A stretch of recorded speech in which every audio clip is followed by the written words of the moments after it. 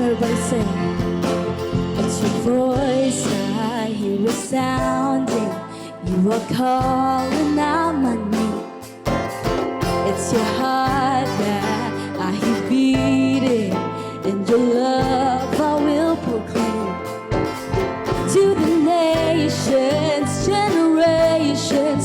Let me be your hands and feet for your kingdom, for your glory.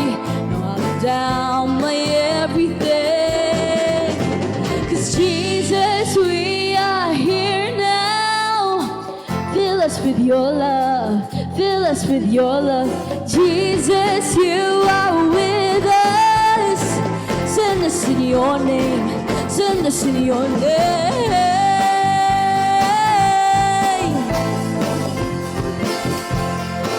Send us in your name.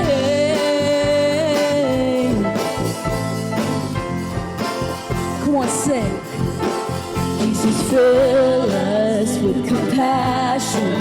Open up our eyes to see all the broken and the weary, how you long to set them free.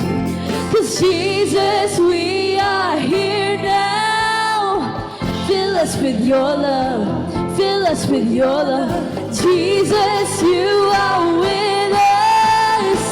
Send us in your name, send us in your name. Jesus, we are here now. Fill us with your love, fill us with your love. Jesus, you are with us. Send us in your name, send us in your name. So fill us and send us in your name.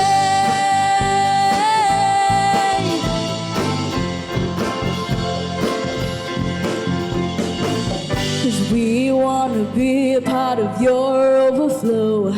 We wanna be a part of your overflow. We wanna be a part of your overflow. Your overflow. We wanna be part of your overflow.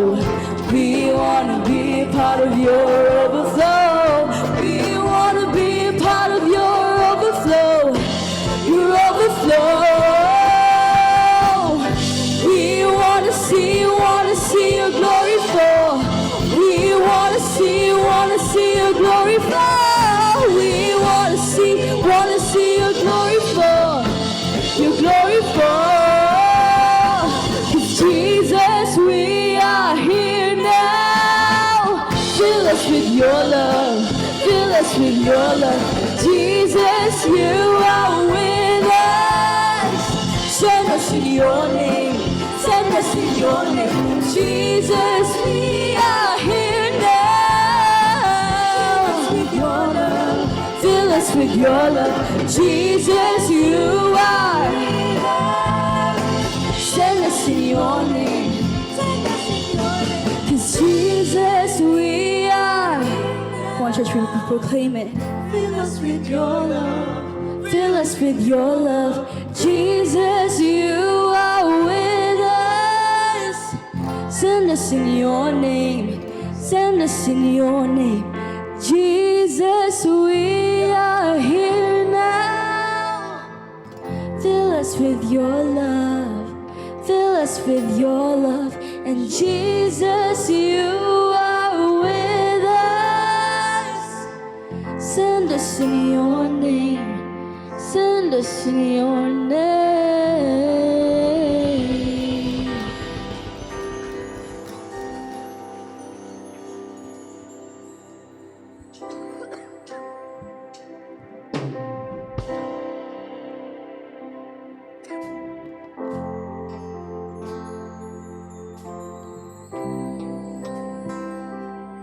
You are worthy, oh. You are worthy.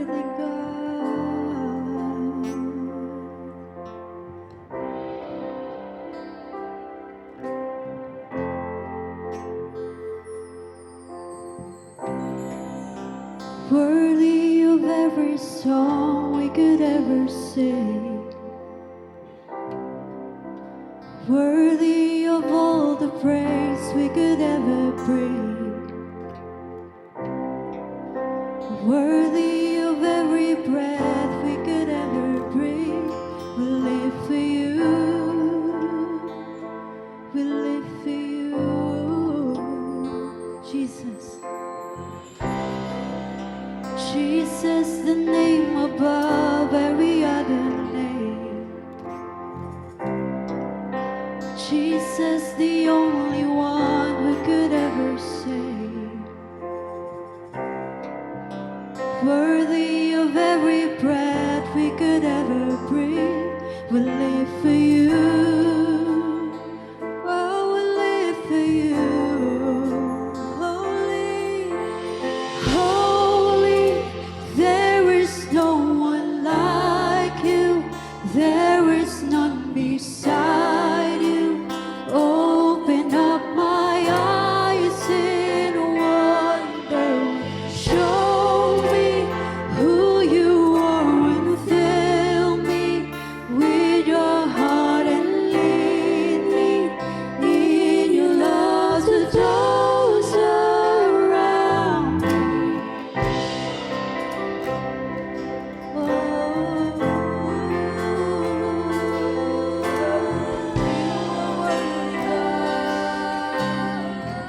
You sing worthy, worthy of every song we could ever sing. Worthy of all the praise we could ever bring. Worthy of every breath we could ever breathe. We live for you, oh Jesus, we live for you.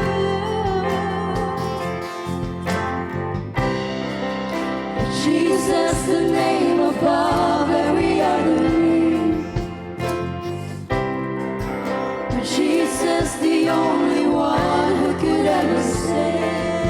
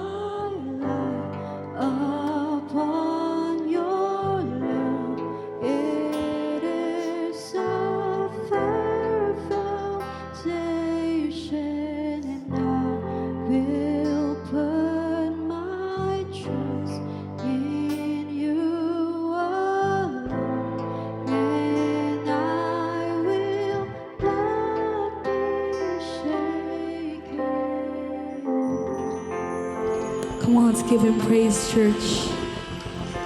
We will never be shaken because our God is our firm foundation. He is the rock that we're standing on. And today with confidence, we sing of your great love, O God, our firm foundation, the rock that we're standing on. Now we will never be shaken. So Lord, build your church. Build your church, O God.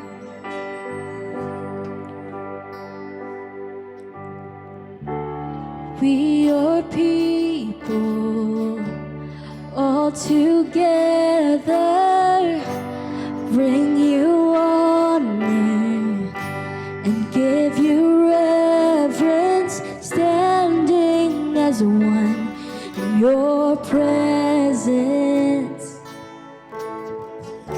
It's by your Spirit, yes, you have called us chosen people, sons and daughters, standing as one in your presence.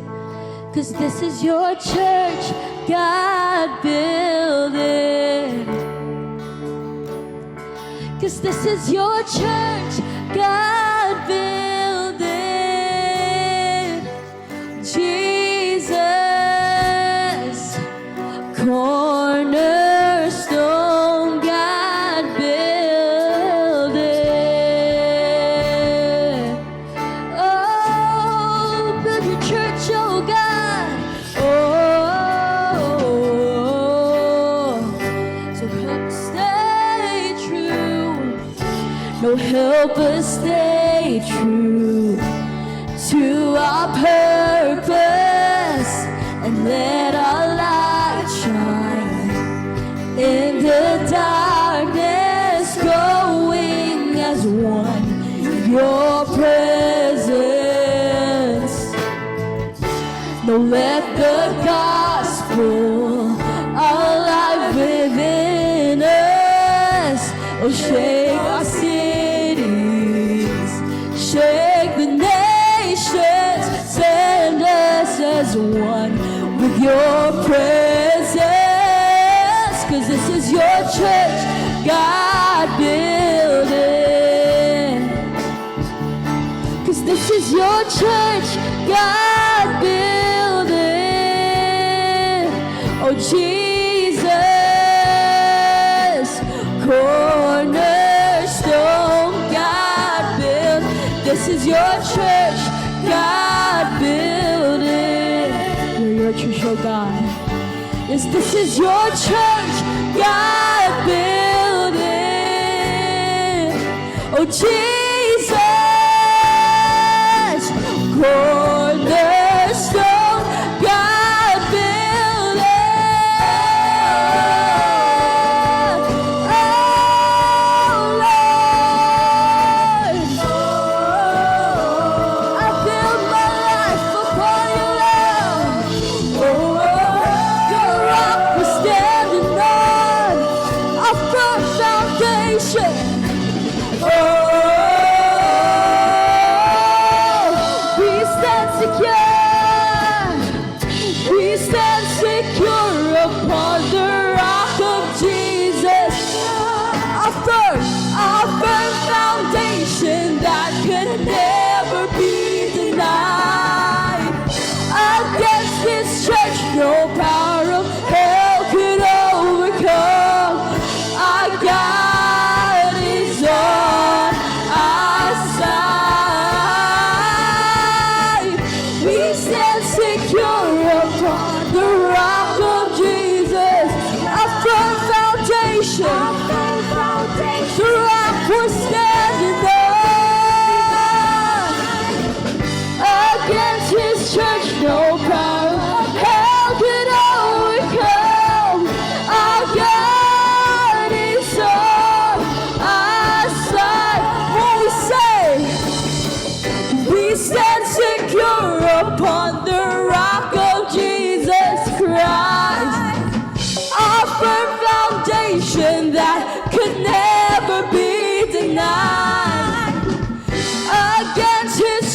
no power of hell could overcome. Our God is on our side.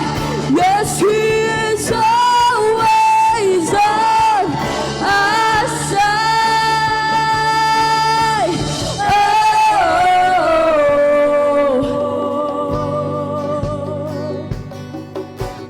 Oh, Jesus.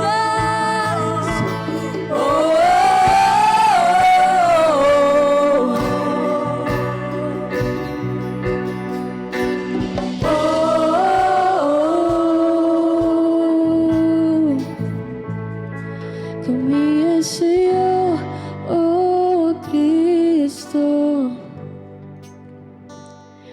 Kami sa'yo, oh Kristo. Panginoon, aming Diyos. Kami sa'yo, oh Kristo. Sa'yo lamang kami sa'yo, oh Kristo. Panginoon, aming Diyos, oh Kristo. Praise God. Can we clap our hands to God? Thank you, Lord. I'm going to share in 2 Chronicles 7:14.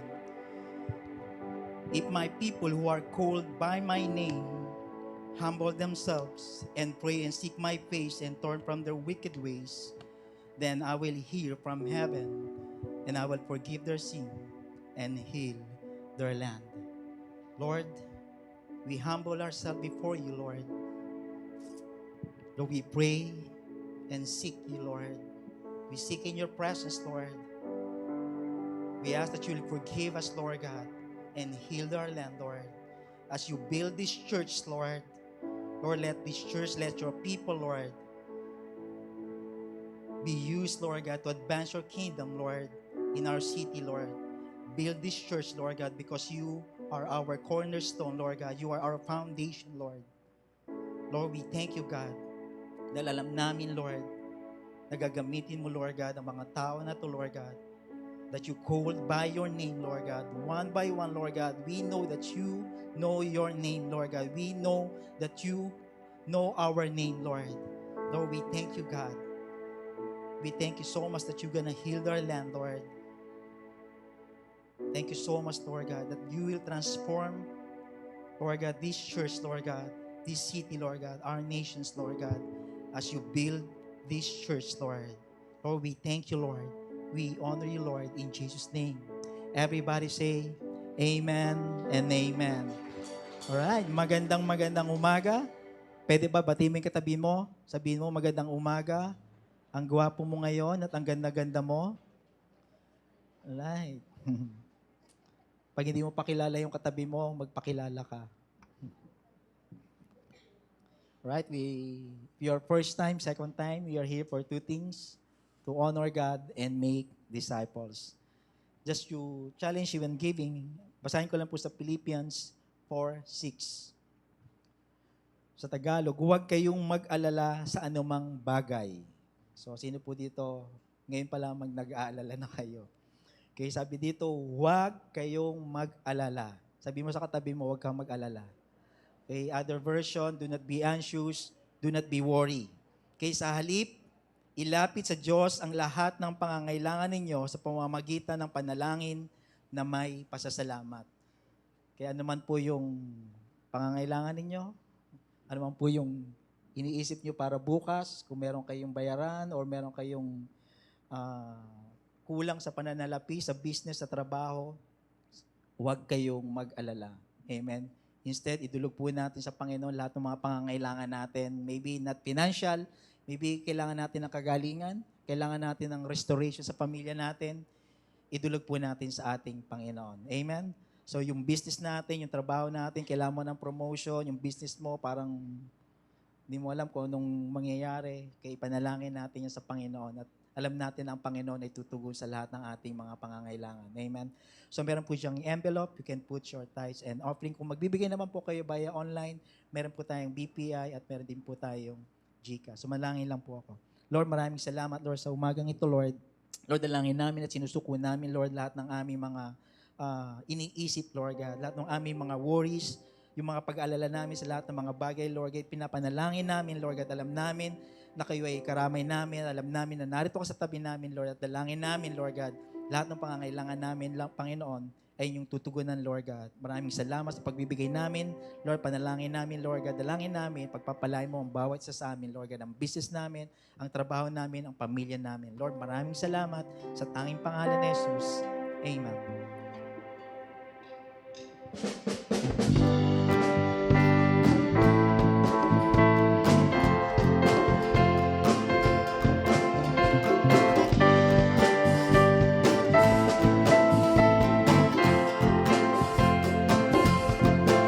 It's your voice I hear resounding.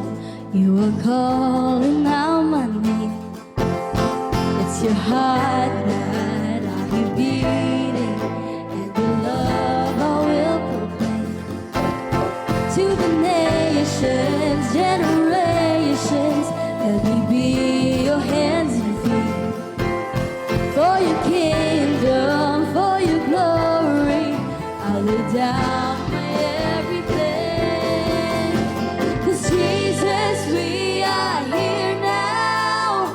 Fill us with your love, fill us with your love. Jesus, you are with us. Send us in your name, send us in your name. So fill us, send us in your name.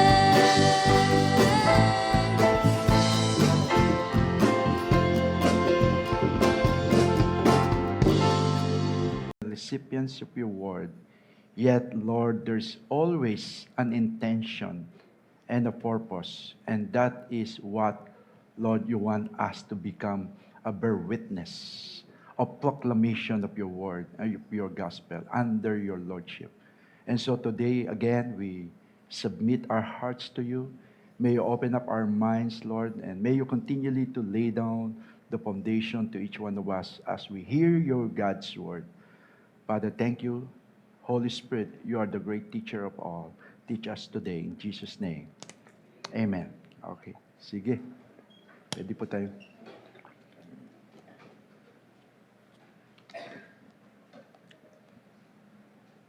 Now, we talk about from the very beginning, we just already discussed the supremacy of Christ, right? I mean, when we say that supremacy of Christ is above, over all, sovereign, di ba? Now, the supremacy of Christ, of course, is demonstrated in our Christian witness. That's why this last part, the culmination of this series, it's not enough that we'll all experience, that God intention for all of us to having all that spiritual blessing, but at the same time, to become the bridge. Di ba? Tayo po yung maging bridge ni Lord to other people who never yet experienced this kind of spiritual blessing that we receive today, right? And as I studied the book of Colossians, we've seen the progress, of Paul's progress here, from correct doctrine to correct living. Nakita niyo dito? Now, that's what I like with Colossians, di ba? Talagang, it's a very rich foundation. From correct, doctrine to correct living. And he also confronted the heresies that were infiltrating the church.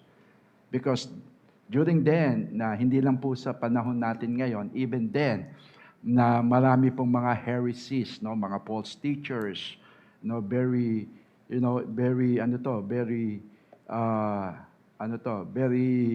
evident during even then na talagang na-infiltrate nila yung church.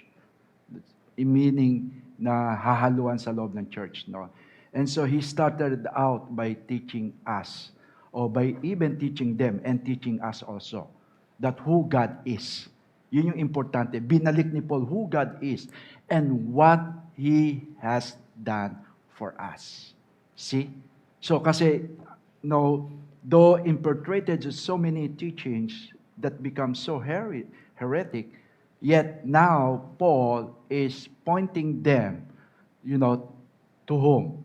Who God is. Sino ba si Lord? Ano ba yung ginawa ni Lord sa atin? So, yun yung pinaka-essence importance ng Christianity.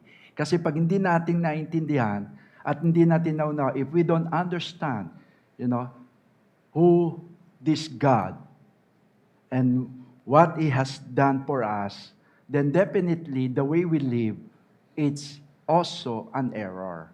You get the point? Kasi pag hindi mo naintindihan si God sa buhay mo, at hindi mo naintindihan yung ginawa niya sa buhay mo, kahit anong pamumuhay mo, you are an error if you don't understand who God is. And you have to understand who God is and what He has done. Kasi you will take it so lightly about God and what He has done. And you will become over-familiar and you will thought, pare-parehas lang yung mga reliyon. And you will become one of those religious people that though you thought that you have God and you know Him, but rather, it's not, because when you know God and when you know who is God and what He has done, it will translate the way you live. This is not a matter of knowing. That's why we always say that it is not just mental assent, mental assent. The gospel, it's not giving us so much knowledge that become information to us. But the gospel giving to us so that, though partly knowledge, but yet knowledge that will translate the way you live. You get the point? And the way you behave. And the way you translated, in your thoughts, in your action, in your deeds, in your words. That's exactly what it means, who God is and what He has done for you, right? And so that's why Paul so particular to that teaching. Kaya nakita nyo na emphasize niya dito, he will not teach anything that is not bottom line, who is God is and what He has done. Kaya in all his epistles, mind you, it's not, confusing, very clear the way Paul laid down the good foundation. Di ba? Especially about the supremacy and the preeminent of Christ here. Then, he moved from belief, di ba? He moved from belief. Minove niya yung belief and then to what? To behavior. That's true. Kaya nakita natin dito, yung change ng tao, it's from inside to outside. Di ba? Hindi yung parang outside, then no inside. Get the point? Kasi maraming religious people from the outside, but never been in the inside. Pero si Paul, what he is targeting is your heart, not just your mind. Yes, it will start with your mind. Kasi your mind, will somehow will comprehend, and the moment that you comprehend, the gospel, then definitely it could what? Affect your heart.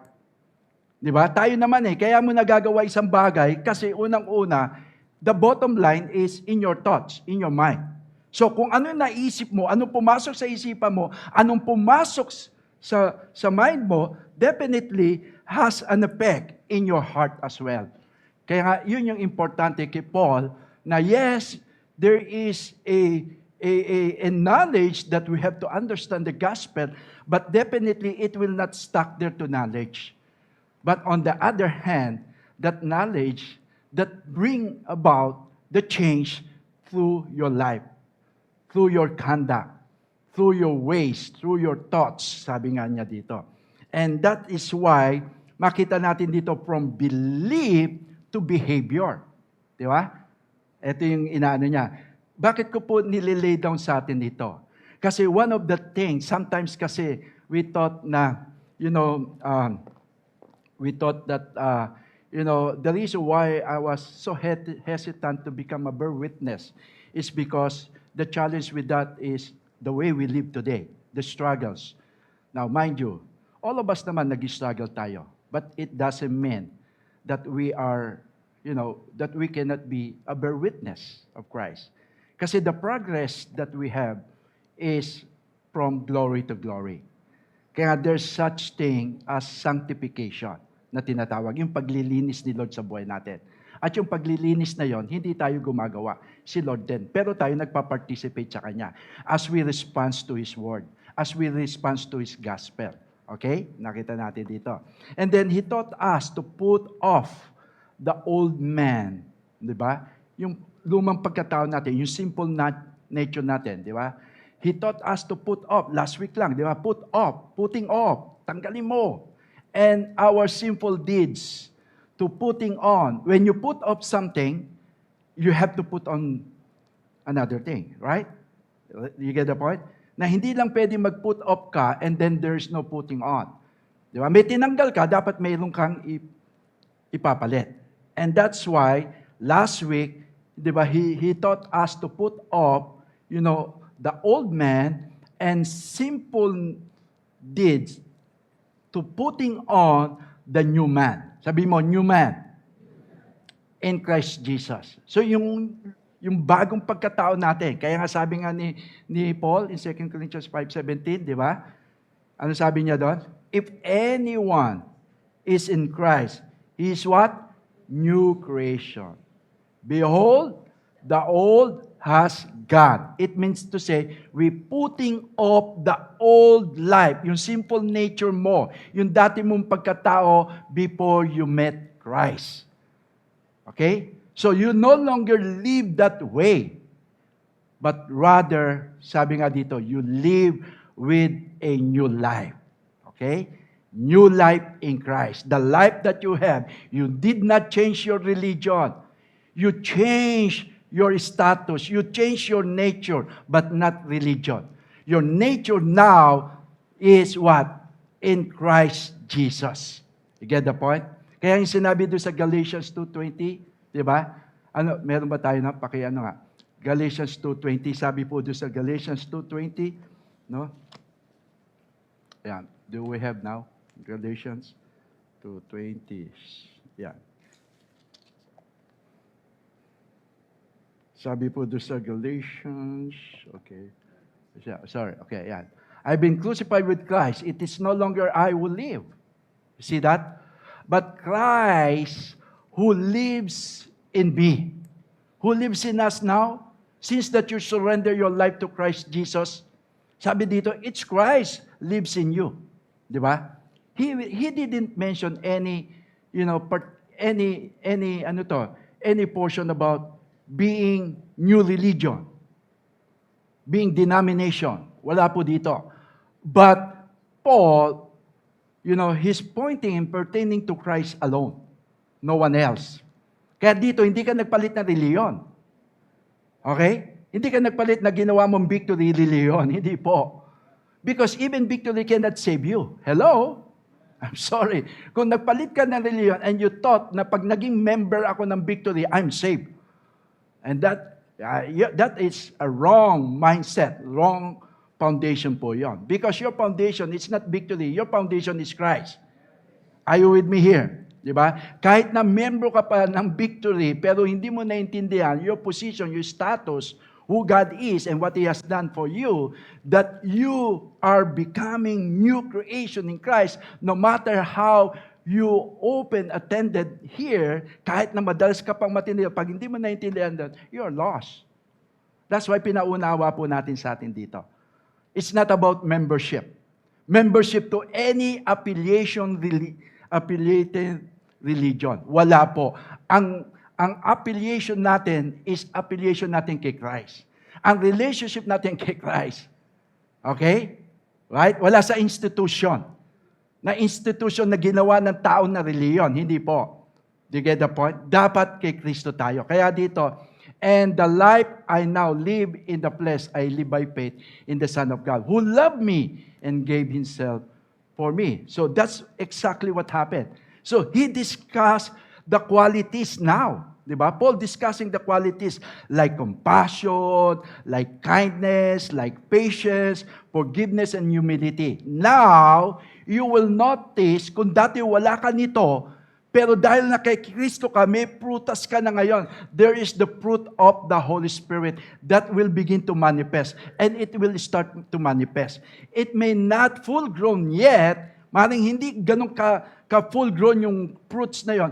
But yet, as you continue to walk, yielding, connecting with Christ and His Word, then definitely the working, the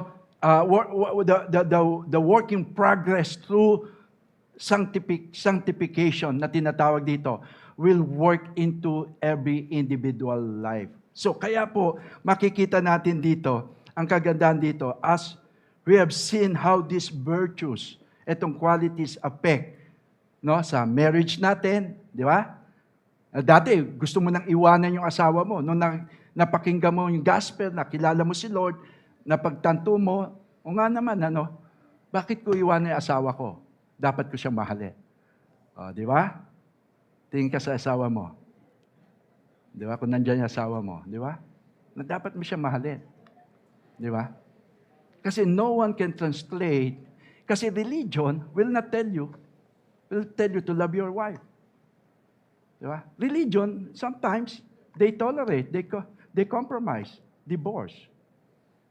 Alright? Pero, what I like in the gospel with Christ, diba? As much as possible, there's healing, there's miracle, there's restoration in every broken relationship. You get the point? That's exactly this one na tinatalakay natin dito. And even yung mga anak, parenting, di ba? Nakita natin. And even our relationship at work. Now, but guess what, church? Look at this. Paul is not yet over with that. Di ba? Paul is not over with yet na makita natin dito. He has a few more things to encourage the Colossians here.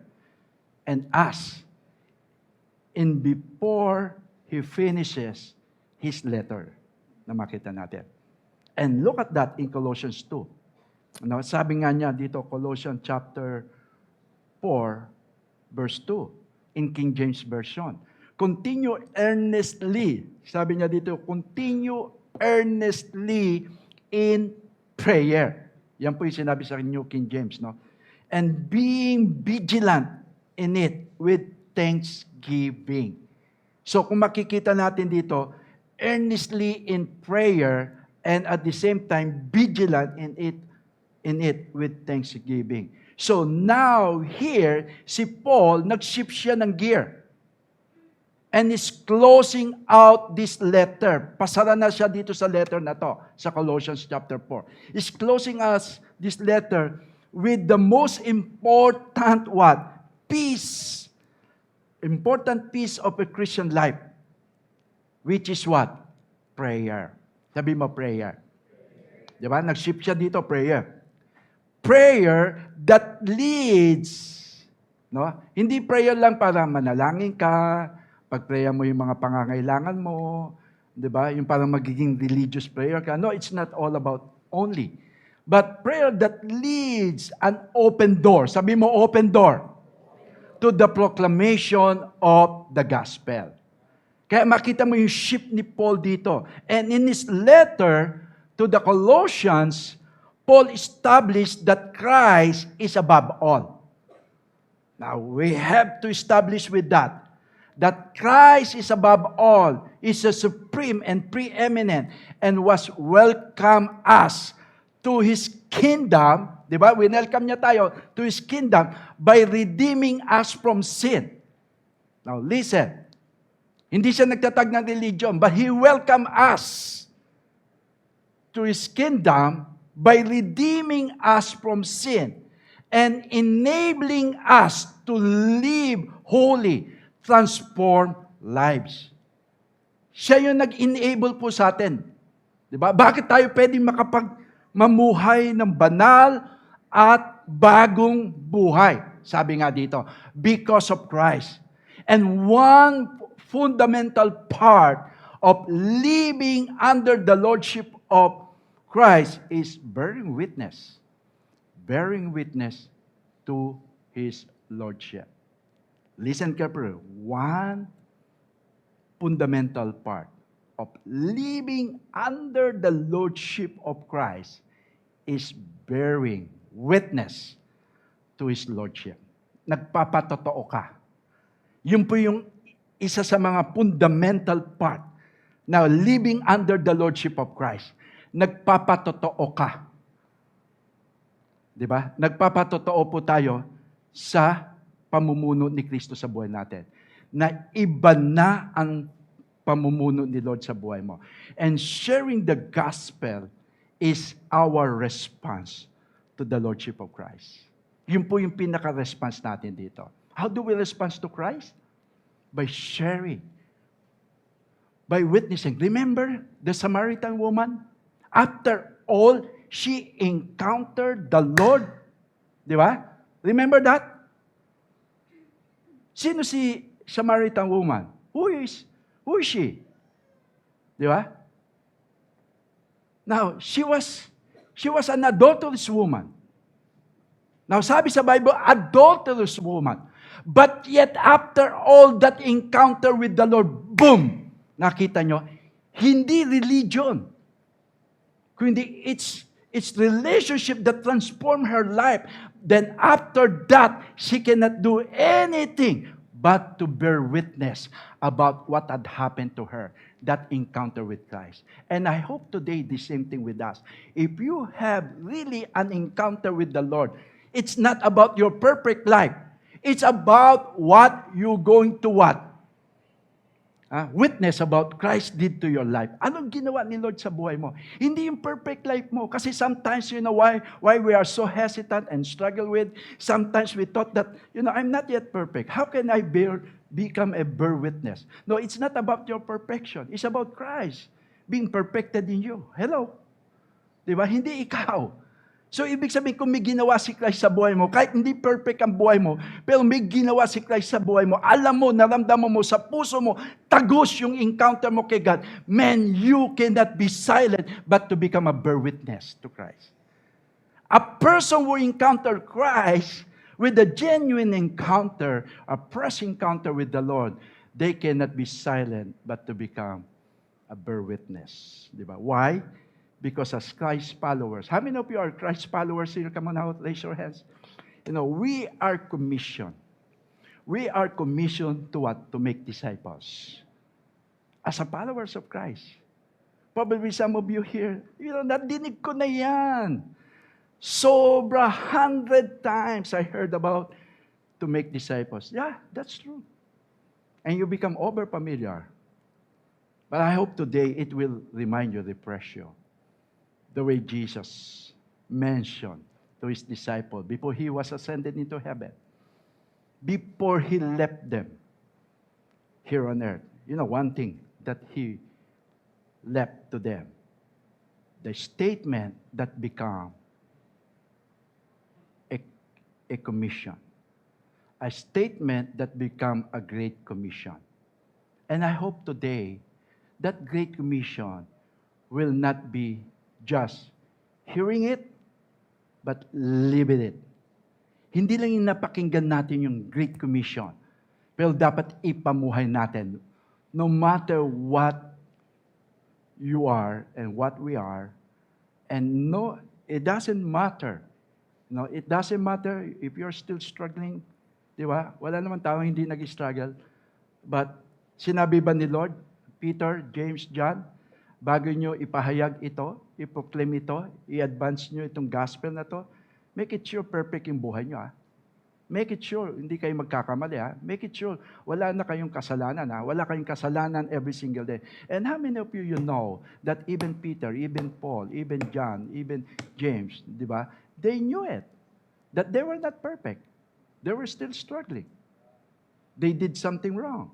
But yet, nakita nyo, they never stopped proclaiming the gospel. They never stopped to become a bear witness for Christ. Because what is important is you are becoming bearer of Christ. Di ba? Ikaw yung nagiging bearer ni Christ dito. Di ba? And spread the gospel by telling others about Him. More than a commission, we have the opportunity to partner with God. Don't you know that this is a privilege for all of us here today? Man, it's a great opportunity to partner with God. I mean, who we are just sinners. Yet, who is this God? Sino tong Diyos na ito? Lumikha lang naman sa atin. Become our Creator. Yet, pinartner niya tayo. Pinartner niya tayo. That is a privilege. Could you imagine? Di ba? Kasi maybe God will use another people. Di ba? Pero makita natin dito, ipinartner niya to advance His kingdom on earth so that many more can enjoy His rule of love. Nakita na. How can we effectively bear witness to Christ's Lordship? Paano tayo? Number one is this. Sharing the gospel is of primary importance to the Lord. Primary importance to the Lord. Lahat po ng Kristiyano, lahat po nakipag-isa kay Kristo, kung yan po ay na pangunahing kahalagaan sa Panginoon, ang pagbabahagi. I remember that time when I'm just few days in the Lord. Imagine mo, 2 days pa lang. What do I know in the gospel? I don't know. You know what? Parang Samaritan woman ba? Parang yung blind man, a demon-possessed man with legion, di ba? Na bumalik sa bahay, nagpatotoo. Now, parang ganun po naging buhay ko noon. After few days, mga around 2 days lang po, I see myself to my friends sharing the gospel. Hindi ko alam kung paano ako mag-share ng gospel. Basta pinakita ko lang doon, alam nyo ba, yung parang meron kang something na naramdaman kay Lord, yung naramdaman mo na there's so much joy, peace, that you cannot contain but to share it anyway. Parang ganon. So, yun yung pakiramdam ko, pero you have lack of knowledge in terms of wisdom and word during that time. What can you expect from a 2-day-old Christian who will bear witness for Christ? Now, of course, probably there's much more of immaturity, lack of wisdom, of delivery. That's true. Ganun po ako noon. Hindi po full of wisdom, full of maturity. The way I begin to start sharing and proclaiming about Christ. What do I know? Wala po kong alam. All I know is what I experienced with the Lord. What I encounter with the Lord. That I cannot contain, but to share. To share the love of God. To share the salvation. That's it. That's how I felt during that moment. And that is, the work of God, not work of me. It's the work of the Holy Spirit. Kaya ako naniniwala ako dito, may work ang Holy Spirit to every individual lives. Siya po yung nagpa-prompt sa atin na kung minsan kausap mo, biglang magagawi kayo kay Lord. Minsan nagmamarites kayong dalawa, tapos maya-maya, in the middle of your marites and toilets nyo, bigla na lang nasisingit nyo si Lord. What about that? Come on. Hello, parang malungkot kayo. Na ibig sabihin din in the middle of that, di ba? Kesa naman, ang dami nyo ng minarites. Hindi nyo man lang namarites si Lord. Hindi nyo man lang naisingit si God. Hello. Di ba? In the middle of that.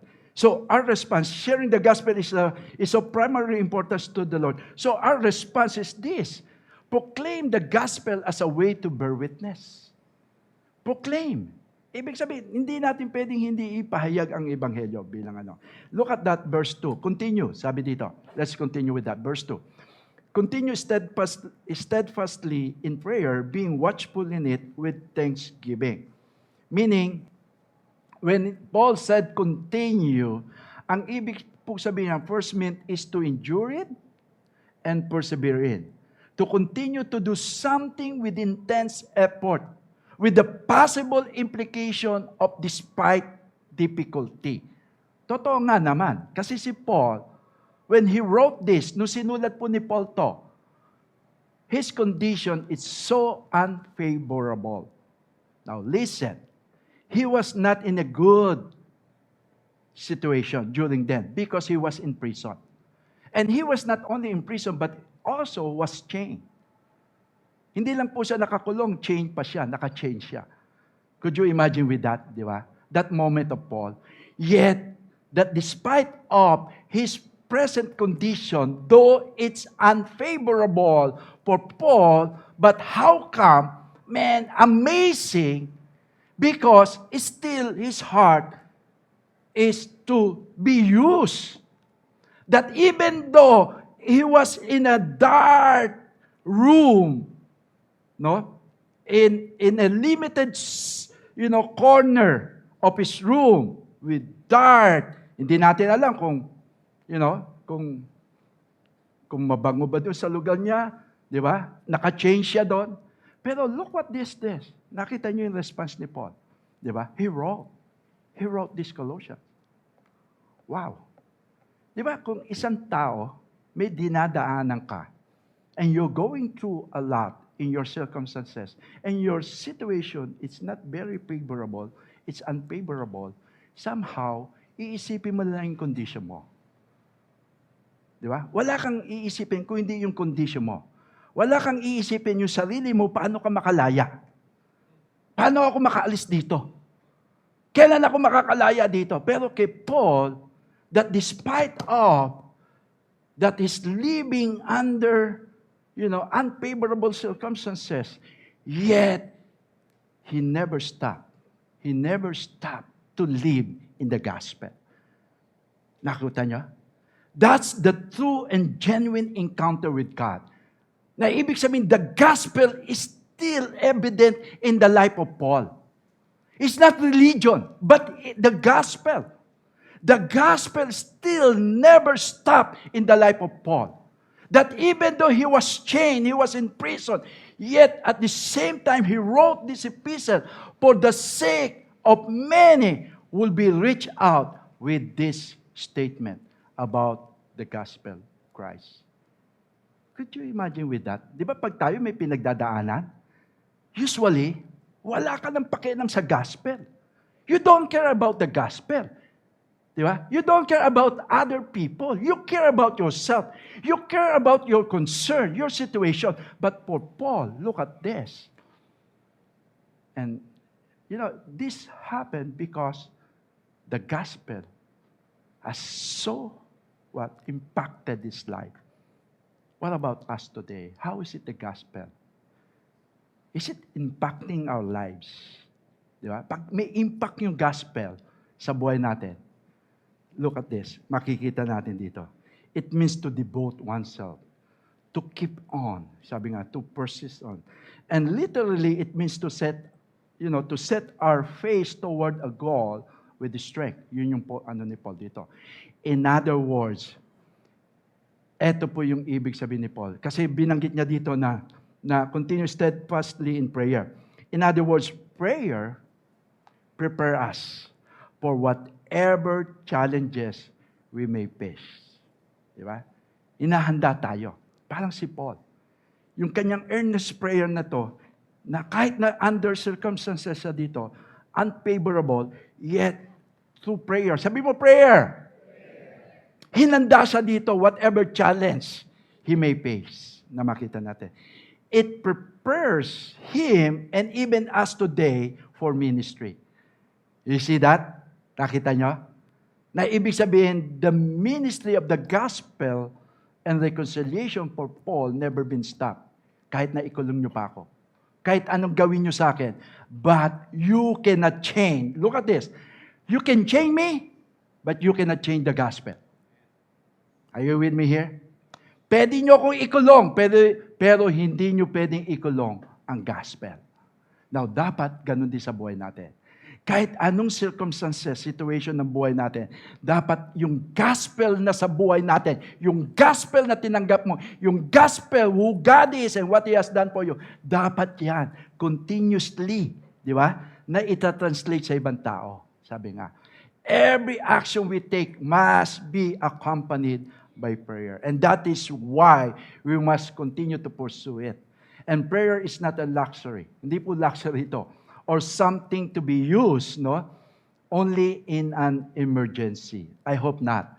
Hindi po pang emergency lang ang panalangin. Kapag kailangan natin 911 manalangin. Hindi po. Dapat, it's so organic. Sabi nga ni Grant Richardson, a Christianity that operates only on emergency is not true Christianity.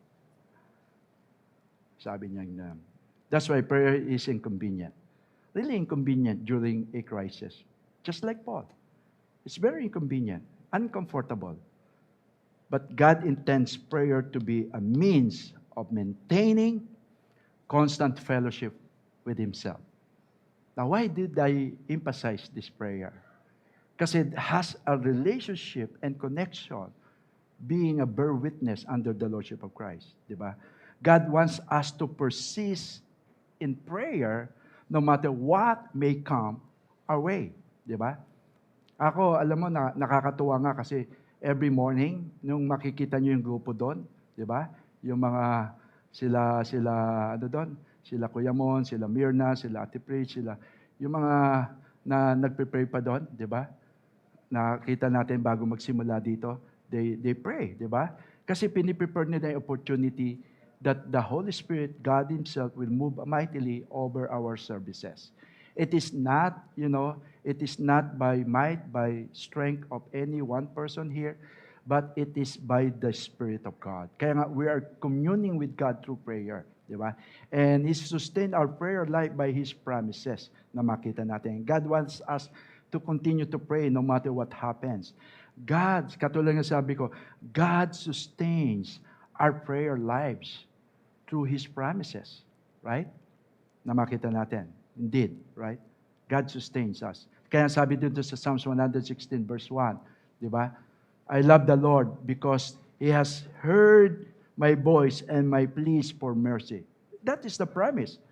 Nakita nyo how God sustained us with His promise, di ba? Sabi nga, because He inclined His ear to me, therefore I will call on Him as long as I live. That's why, kapatid, prayer is an essential expression of faith. Kaya dito makikita nyo, si Paul, the secret of Paul, why he was still vigilant, why he was still strong, in spite of his, present condition niya. Bakit nagawa pa niya mag-share? Nakita nyo? What is the one of the factor that contribute to Paul to continue to become a bear witness to the Lordship of Christ? Because he always communion with God in prayer. Not because Paul is what? Sabihin natin na smart, intelligence, di ba? Magaling? Hindi po. Nakita natin yung life ni Paul, how he's been communing with the Lord dito. And that's why prayer is an essential expression of faith. Kung makita natin. That's why in Matthew 7, ano sabi din verse 7 and 8, ask and it will be given to you. Seek and you will find. Knock and it will be opened to you. For everyone who asks, receive. And the one who seeks, finds. And to the one who knocks, it will be open. Nakita nyo? And Paul is so particular with that. He knew where he could draw His power, His grace, His anointing. Nakita nyo? And that is God. Kaya nakita nyo, and through prayer, He's wiring Himself to the Lord. So nagkakaroon siya ng wiring with God. Kaya bakit nakita natin ganun na lang si Paul? Because yung wiring niya kay God through prayer. Diba? And that's why, it was already caught din in Jeremiah 3:3. Ano sabi daw? Call to me. So si Paul, nanawagan kay Lord. He called upon God to give him open door. Open door not to escape him. Look at this. Pwede naman niya hilingin, Lord, give me an open door for this prison cell. You know what? Kung ginawa niya kay Peter yon, si Lord, ginawa ni Lord kay Peter, bumukas ang prison cell, nakakawala sila Peter, pwede din niya gawin kay Paul.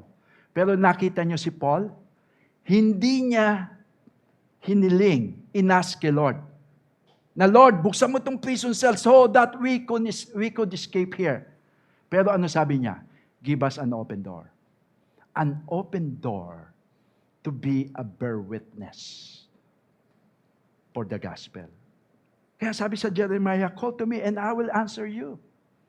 And show you great and mighty things which you do not know. You know, nasa prison ka na.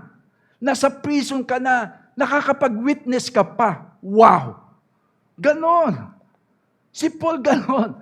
Na ibig sabihin, natali siya doon, na-prison siya doon, pero yet, yung gospel sa kanya, hindi pwedeng itali. May mouth siya. May hands pa rin siya. Pwede simula. You know, that's why the Christian life calls for great exercise of faith. Sabi nga dito. And prayer is a necessary exercise of faith. Right?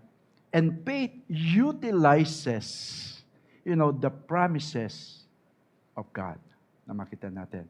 That's why prayer is an extension of faith. God has installed a line whereby we can directly access Him at any moment, at any time. Because God wants us to acquire a persistent habit of prayer. Dapat maging habit sa atin ito. Napaka-organic yung prayer mo kay Lord. Hindi religious. Napaka-habit and organic siya. Di ba? Na may persistent habit of prayer any moment, any time. Pag nakikita mo na nandiyan ka dun sa classmate mo, sa mga katabi mo, now, why don't you pray? Lord, give me an open door. Break time namin, Lord. Lord, wala pa kaming klase. Lord, break time namin sa office. Why don't you pray to that person? And God, asking God for opportunity. Right? Na makita natin. Now, prayer ought to hold a central place in our lives. Kaya yung vigilant. Here's the reason why Paul was asking prayer. Look at this. Verse 3. Balik tayo sa verse 3. At the same time, sabi ni Paul, pray also for us. Sabi ni Paul. Ano yung pinaka-prayer point ni Paul dito?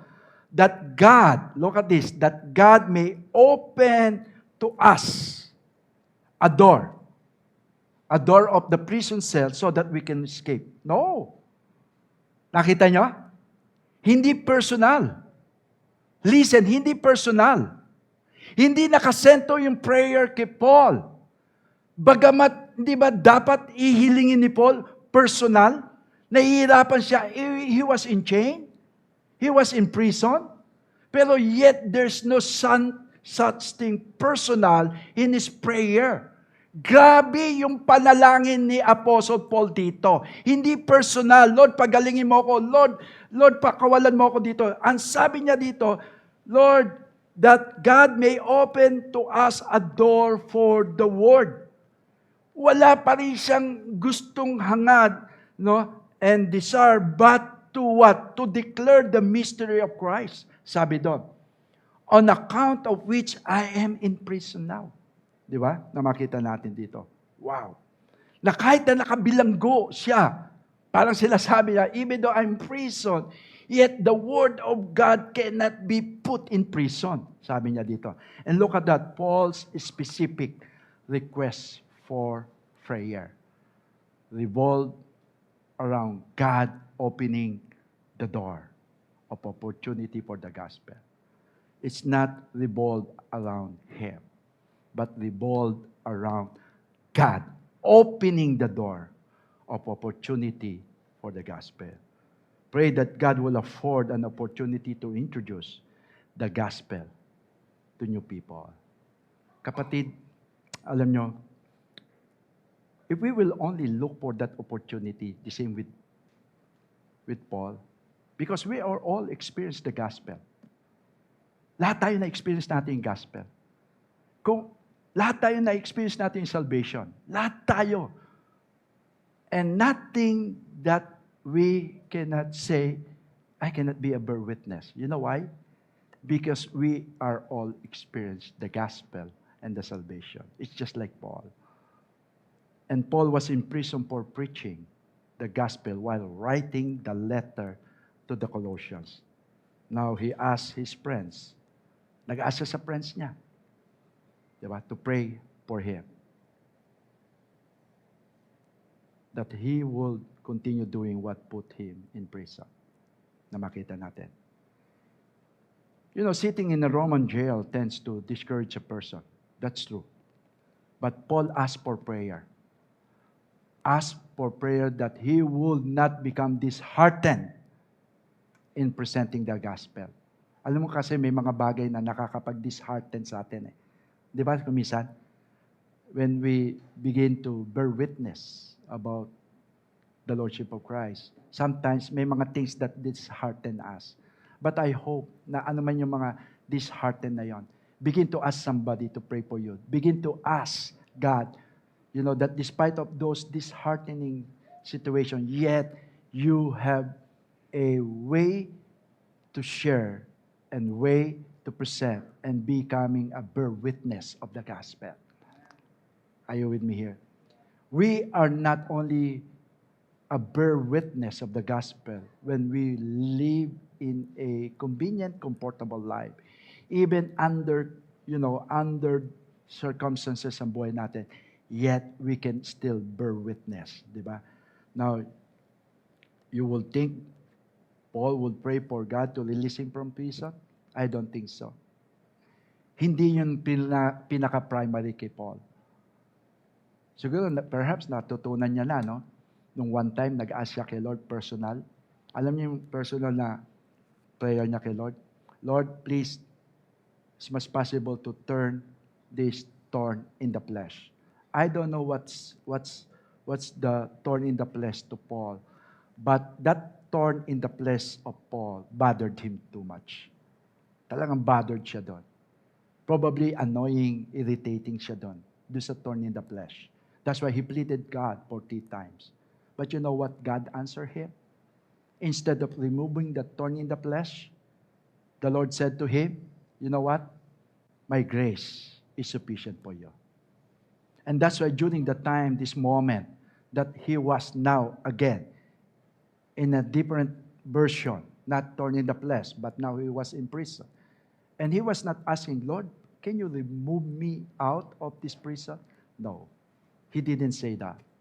He learns to go from God, that His grace is sufficient for him. I hope today, na yung grace ni Lord, with grace ni God, masumpungan natin, maranasan natin, maramdaman natin, even though we are all under circumstances and unfavorable situation, that the gospel will not be stopped in us, but it will continue to spread out. Because despite of, many circumstances, yet we can still proclaim the gospel. We cannot force the door, God. Diba? We cannot force the door. Sabi nga, God must be, must open the door. Kaya nakita natin dito, si Paul, sabi niya dito, wala sa kanyang kakayanan para mag-open yung door for the gospel. It was God. Sabi mo, God. And if we force the door, and that is the energy of the flesh. Kaya nakita nyo, Paul was not operating in the energy of the flesh. Diba? When the Lord opens the door, He will give us what we need to go through the door. And the best opportunity for ministry, now listen, the best opportunity for ministry, according to this Paul experience, is when we pray. When we pray that God will open the door to that ministry. You see that? Kapatid, before you do it, it's good that you are so aggressive. Di ba? But listen, prayer, it works as well. Prayers, sabi nga, empowers the proclamation of the gospel na makita natin dito. And prayers provide powers to the proclamation of the gospel because God opens the door. Tandaan nyo, when He does this, we need to be sensitive to His will. Sabi nga, maging sensitive tayo. Pag nag-open si Lord, maging sensitive tayo. Sensitive tayo sa mga taong dinadala ni Lord sa buhay natin. Tandaan nyo to, may dinadala si Lord sa buhay natin. It might be your friends, it might be even your relatives, it might be your office mate, it might be your business partner, it might be your schoolmate. Tandaan mo to, dinadala ni Lord yan sa buhay mo. For what reason? Be sensitive. Because the gospel is in you now. You ask God for open door. Giving you grace and wisdom how you gonna conduct, the gospel to the person now being open. Kaya kapatid, sino po sa inyo dito, honestly, na-sharean kayo ng gospel, hindi sa church, tapos napunta na lang kayo sa church? You know what? Sino? Come on, taas ang kamay nyo. Okay, yeah. Di ba? Yung hindi sa church, hindi ka sa church, shineran. Talagang sa labas. Ako, I was shared. Shineran ako sa campus. And true enough, dinala lang ako sa church. Pero nag-start sa campus when I was a student there. Doon nagsimula yon. Hindi ako sa church shineran ng gospel. Na-shared sa akin yung gospel sa labas po. Tapos nadala ko sa church na makita natin. And there are times, hindi po sa church yung opportunity. Nasa labas po yung opportunity. Nasa school, sa office, business partner mo, community, neighbors. Diba? Na gumagawa ka na opportunity na pinagpe-prayer mo, yung mga tao na yon. And the time will come. It will open door for you. Right? We need to pray that God will open doors in our arena. Kaya sabi ni Paul doon sa 1 Corinthians 16:9, for a great and effective door has opened to me, and there are many adversaries. Now, look at this. Yes, the moment that God will open the door, talagang hindi nyo maialis yung mga adversaries. Yung mga pipigil sa inyo, maghahadlang. Di ba? Lahat ng mga bagay, gagawa ang Panginoon ng paraan. Alam nyo, how do we start here, the church, during then? Sabi ko nga, if not God move and open the door for us through prayer, palagay ko, di ba, nahirapan kami mag-start ng church. I'm so thankful. God opened the door in the campus. Grabe, yung first day namin sa campus, di ba? Maraming adversary. Maraming pumipigil. Maraming talagang, grabe, spiritual conflict. Warfare talaga doon. And we need to pray for an open door. And exactly, look at this. Now, after all, that open door, di ba? Nagbukas sa atin. Grabe. And that open door, marami din tayo na-raise ng mga leaders over the campus at naging mga pastors doon na makita na. And 2 Corinthians 2:12, sabi dito, furthermore, when I came to Troas to preach Christ's gospel, and the door was opened to me by the Lord. Who opened the door? Lord. The Lord opened the door. But we have to pray for an open door. Kapatid, why not to pray for your classmate? Why not to pray for your business partner? Why not to pray for your relatives? Why not to pray for your neighbors? For your office mate? You know what you ought to pray for? You pray for an open door. Lord, give me an open door that I can be a bear witness to this fellow, to this person. You get that point? Dapat ganun tayo. You ask them, kasama-sama mo, kausap mo lagi, kamarites mo. Kausap mo sa ginawa ng oras, araw, chat kayo ng chat, messenger kayo ng messenger. Ang tagal nyo nag-usap. Wala yung gospel. I hope that will start, di ba, to become a bird. na makita natin diyan.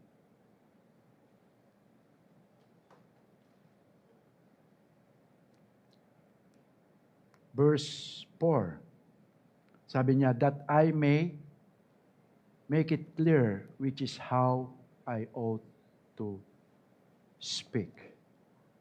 Now, this verse now speak of the purpose, reason of the prayer, that Paul will be able to share the gospel in clarity. Ano ang prayer niya? In clarity. Kasi nga naman, di ba? What can you expect for Paul? Bombarded siya with so many adversaries. Di ba? Adversity sa life niya. So, sabi niya, with clarity and in detail to make sure that Christ is fully known. Ganun pa rin yung kanyang heart dito, di ba?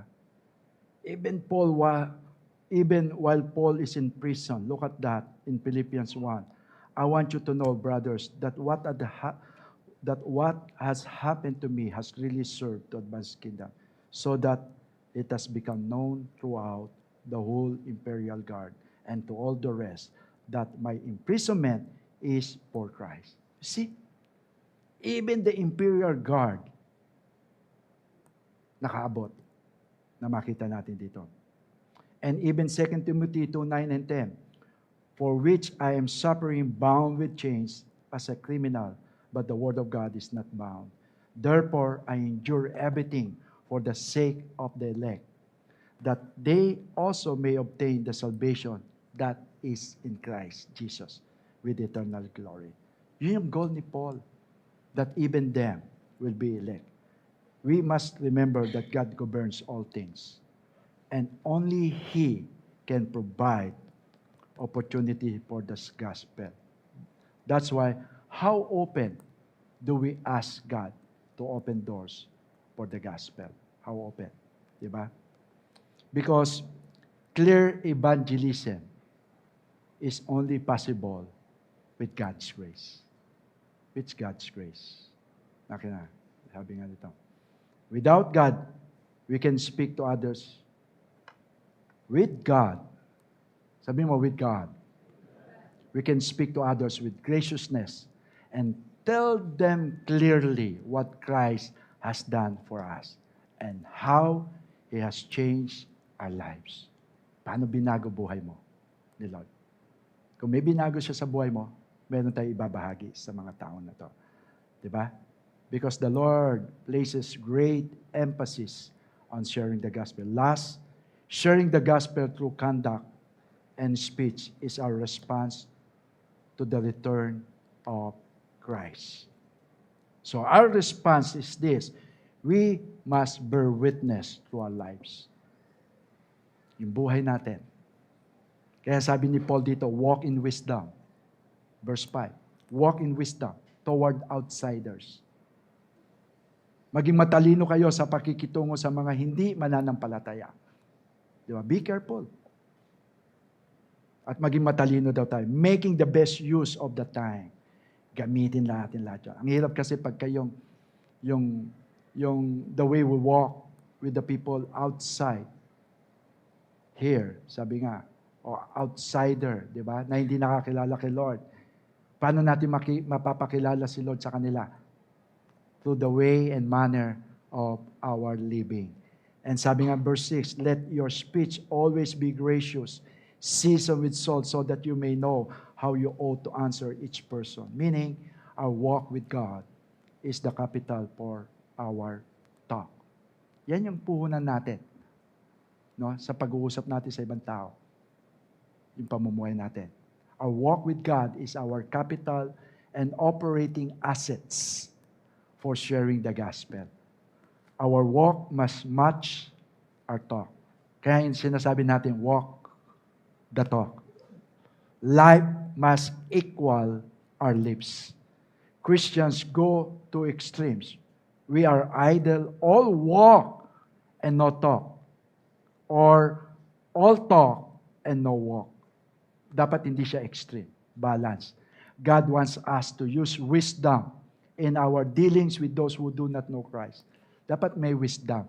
Sabi ko nga kanina, di ba, nung bago akong mag-share ng gospel, walang wisdom. Minsan nako-condemn mo pa yung mga tao. Please don't do that, okay? Don't condemn people. We are all saved by the grace of God. We are the same with these people. Di ba? Anong pinagkaiba? What is the difference between us and them? Nothing. We're all sinners. Those people out there, know Christ yet? The same with us. We're all sinners. We are only saved by grace. That's why we don't intend, no, na parang, condemn those people. We're all saved by the grace. Let's handle it with wisdom, di ba? And make it sure yung words that we could really find a good moment, that people will see the goodness of God in your life. That is the most effective way of sharing the good news. Na may makitang the good things that God made over your life. Ano yung magandang ginawa ni Lord sa buhay mo? At makita ng tao na yan, perhaps even them, they will be what? Encouraged. And we are to live in the line with God's word. Sabi nga, so that those who are not Christians, we will see the beauty of our lives and relationship that reflect Jesus or Christ. Because people are watching us. Witness is always an overflow of our walk with the Lord. So to be wise witnesses, we must learn to walk with wisdom toward outsider. Be gracious, sabi nga dito. So, our lifestyle and speech send clear messages to those around us. So, about relationship with God and our character under His Lordship. Kung paano tayo binago ni Lord. Paano binabago tayo ni Lord. Hindi tayo perfect, pero nakikita ni Lord yung pagbabago sa buhay mo. Nakikita ng mga classmate mo, nakikita ng mga kaibigan mo, na hindi ka marunong, ikaw, lahat nangongodi ko na, nag-cheat na, pero ikaw hindi. Iba talagang nandadaya na sa trabaho nila, pero ikaw hindi. So nakikita nila, you are trustworthy. Yun lang, malaking impact na yon para may translate mo yung gospel. And so as I close, you know what? When our greatest motivation for word and action is to please God, not people, you know what? God's love will shine through and even attract others who see it. So, we bear witness to Christ's Lordship through our words and conduct, and prayer gives power to proclamation of the gospel. Can we all stand up, please? Tayo po tayo, lahat. Oh God, thank you.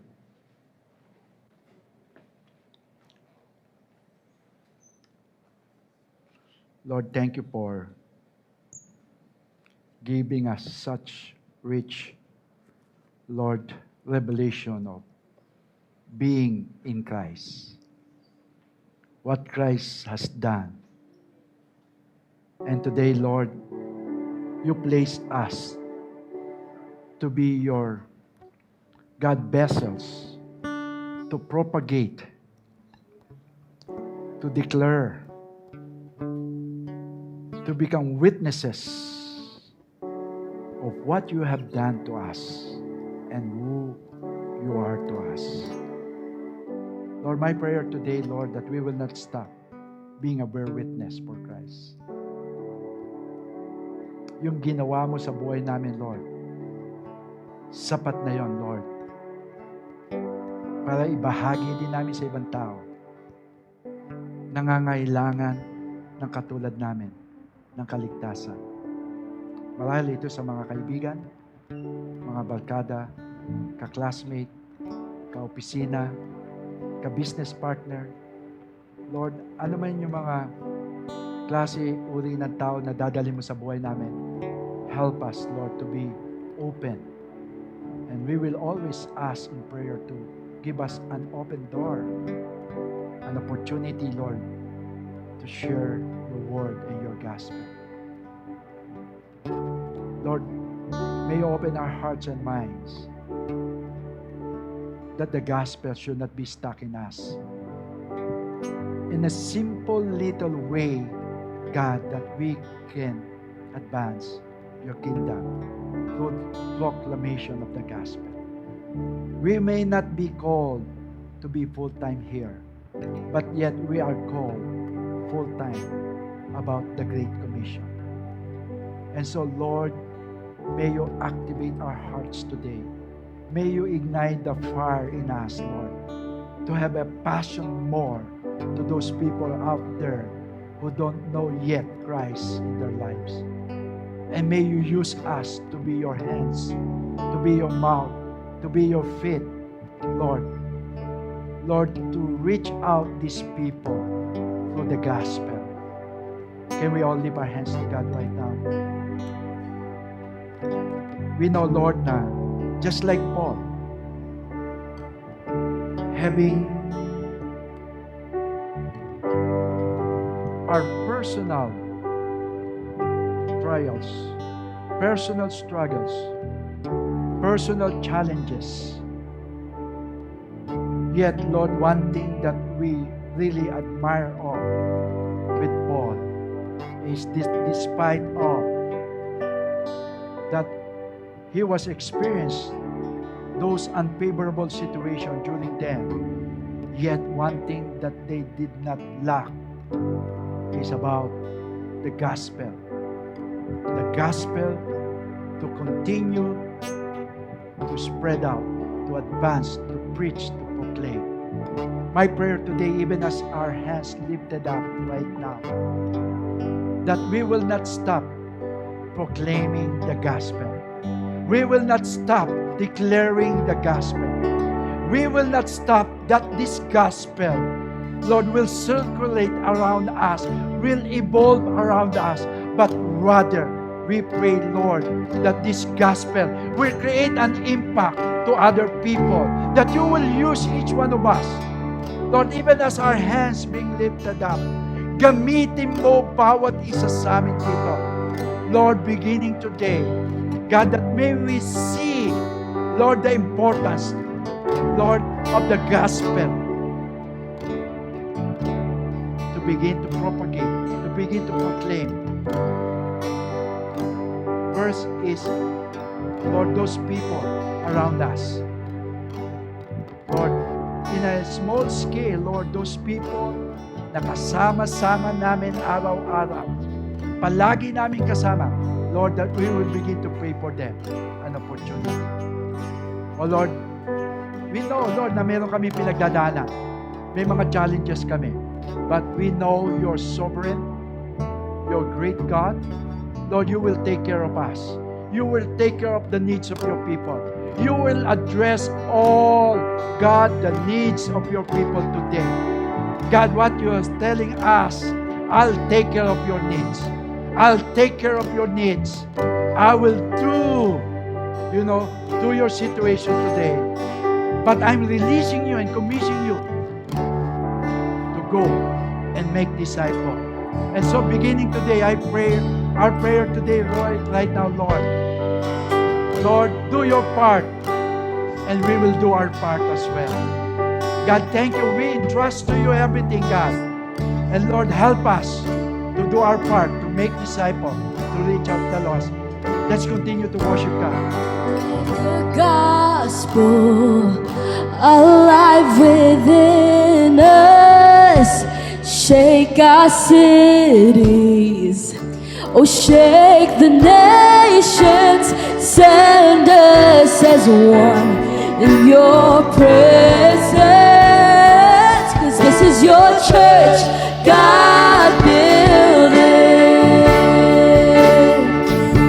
'Cause this is your church, God building. Jesus, cornerstone, God build. 'Cause this is your church, God building. 'Cause this is your church, God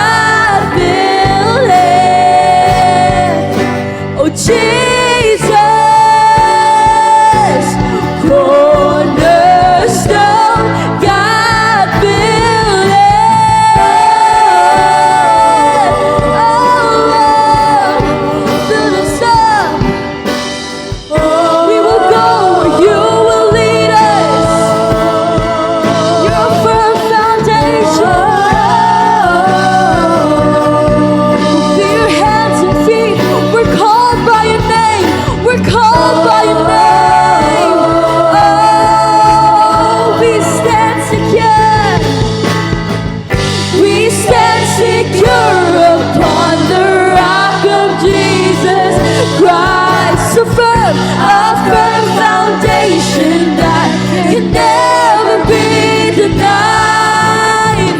Against this church, no power of hell can overcome. 'Cause our God is on our side. We stand secure upon the rock of Jesus Christ, the firm foundation that can never be denied. Against His church, no power of hell can overcome. Our God is on our side. Yes, He is always on our side.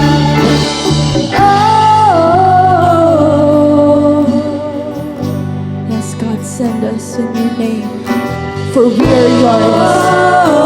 Let all our lives tell of who You are, oh God.